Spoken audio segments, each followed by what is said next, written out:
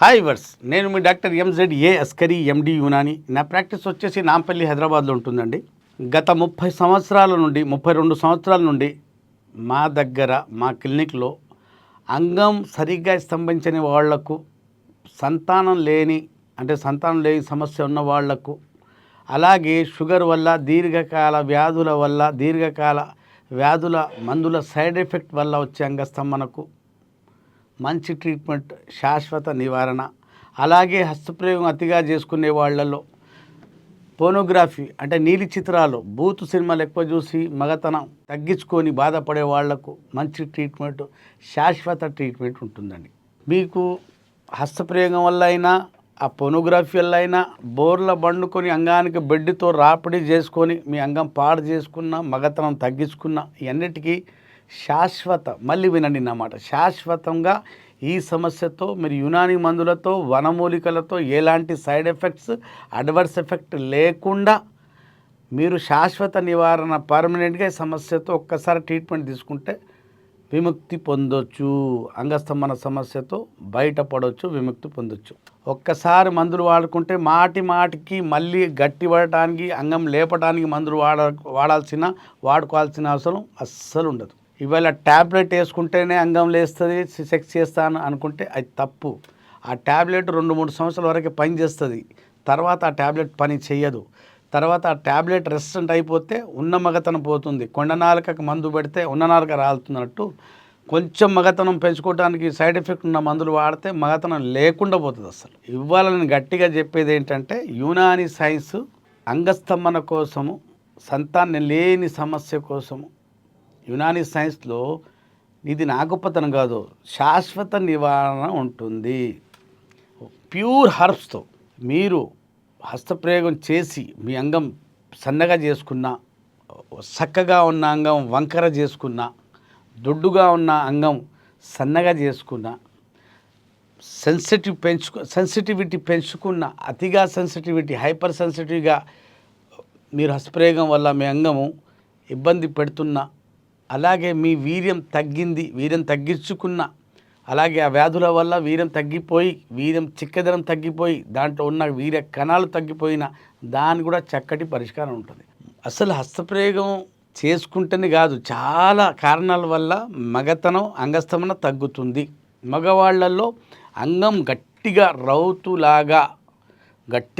రాడులాగా ఉన్నప్పుడే రాకెట్ లాగా దూసుకుపోతున్నారు. మెత్తగా ఉంటే లోనికి వెళ్ళదు, సెక్స్లో ఇబ్బందిగా ఉంటుంది. సామర్థ్యం తగ్గిపోయినప్పుడు మనం కూడా భార్య దగ్గర చిన్న చూపు చూడబడతాము.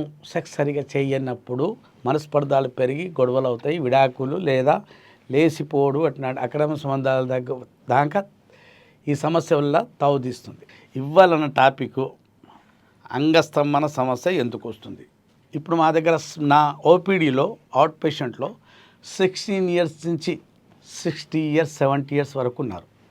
60 ఇయర్స్ ఉన్నారంటే ఓకే, ముసలితనం వృద్ధాప్యంలో వచ్చింది కాబట్టి సమస్య ఉన్నారు. వాళ్ళు 16 ఇయర్ ఓల్డ్ ఎందుకుంటున్నారు, 17, 20, 21 ఇయర్స్ ఓల్డ్ ఎందుకున్నారు, 30 ఇయర్స్ ఓల్డ్ ఎందుకున్నారు అంటే వీళ్ళు ప్రకృతికి భిన్నంగా వెళ్ళేసి చిన్నప్పటి నుండే వీర్యం వెళ్ళక ముందే వీళ్ళు హస్తప్రయోగం చేయడం మొదలు పెట్టుకుంటున్నారు. అంగం ఎదగక ముందే జననాంగాలు, మన ప్రైవేట్ పార్ట్స్ అది ఎదగకుండానే, మన అంగం ఇంకా గ్రోత్ కాకుండానే, వీర్యం వెళ్ళకుండానే ఈ మధ్య చిన్నపిల్లవాళ్ళు కూడా హస్తప్రయోగం చేసి వాళ్ళు కూడా భావి ప్రాప్తి పొందుతున్నారు.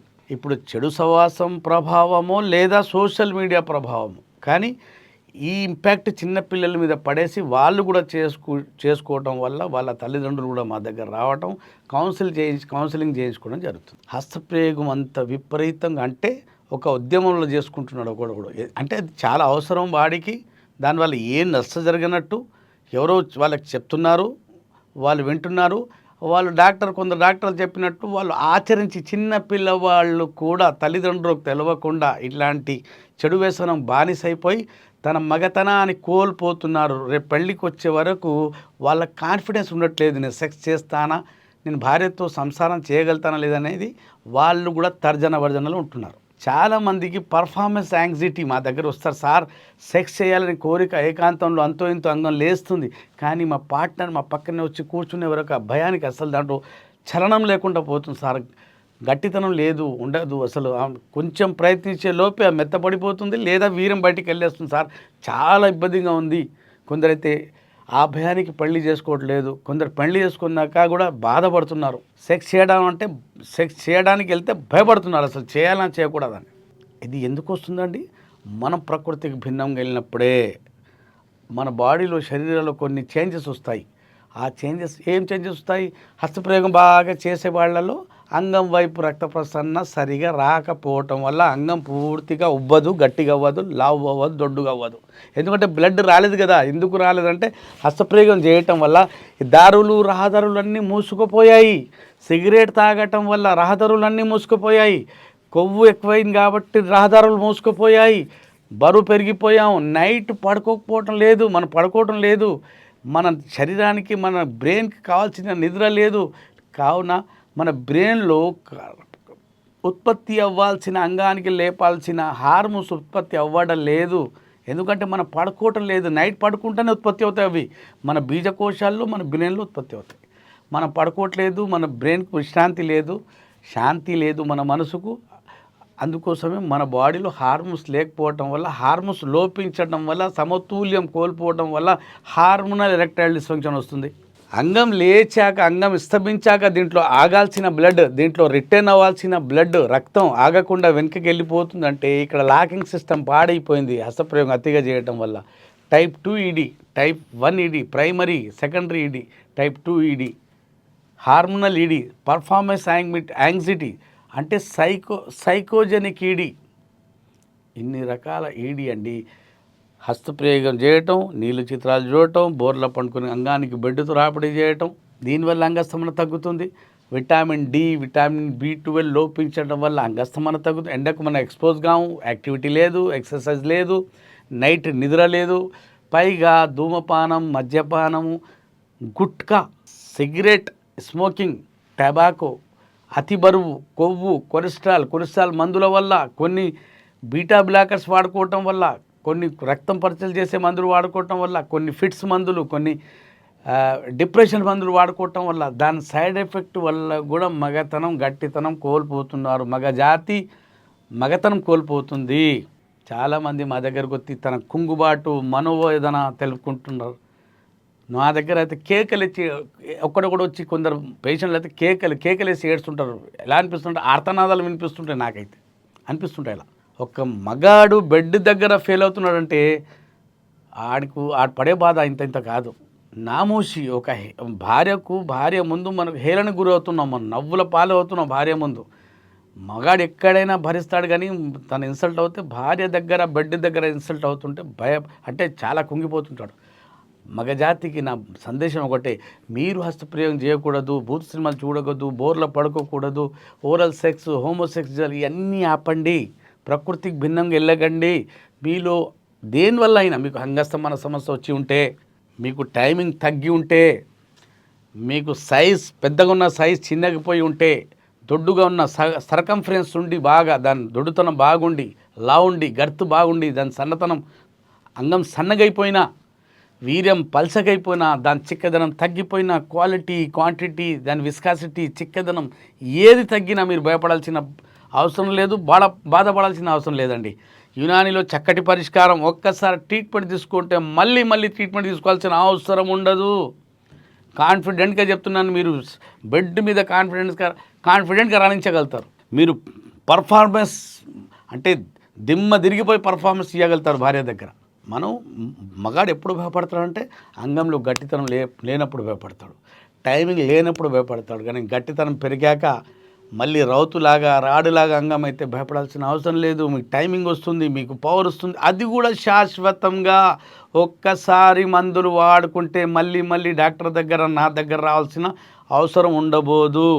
అదే యునాని మందుల ప్రత్యేకత ఏంటంటే, దీనికి సైడ్ ఎఫెక్ట్స్ ఉండవు, రైట్ ఎఫెక్ట్స్ ఉంటాయి, సైడ్ బెనిఫిట్స్ ఉంటాయి.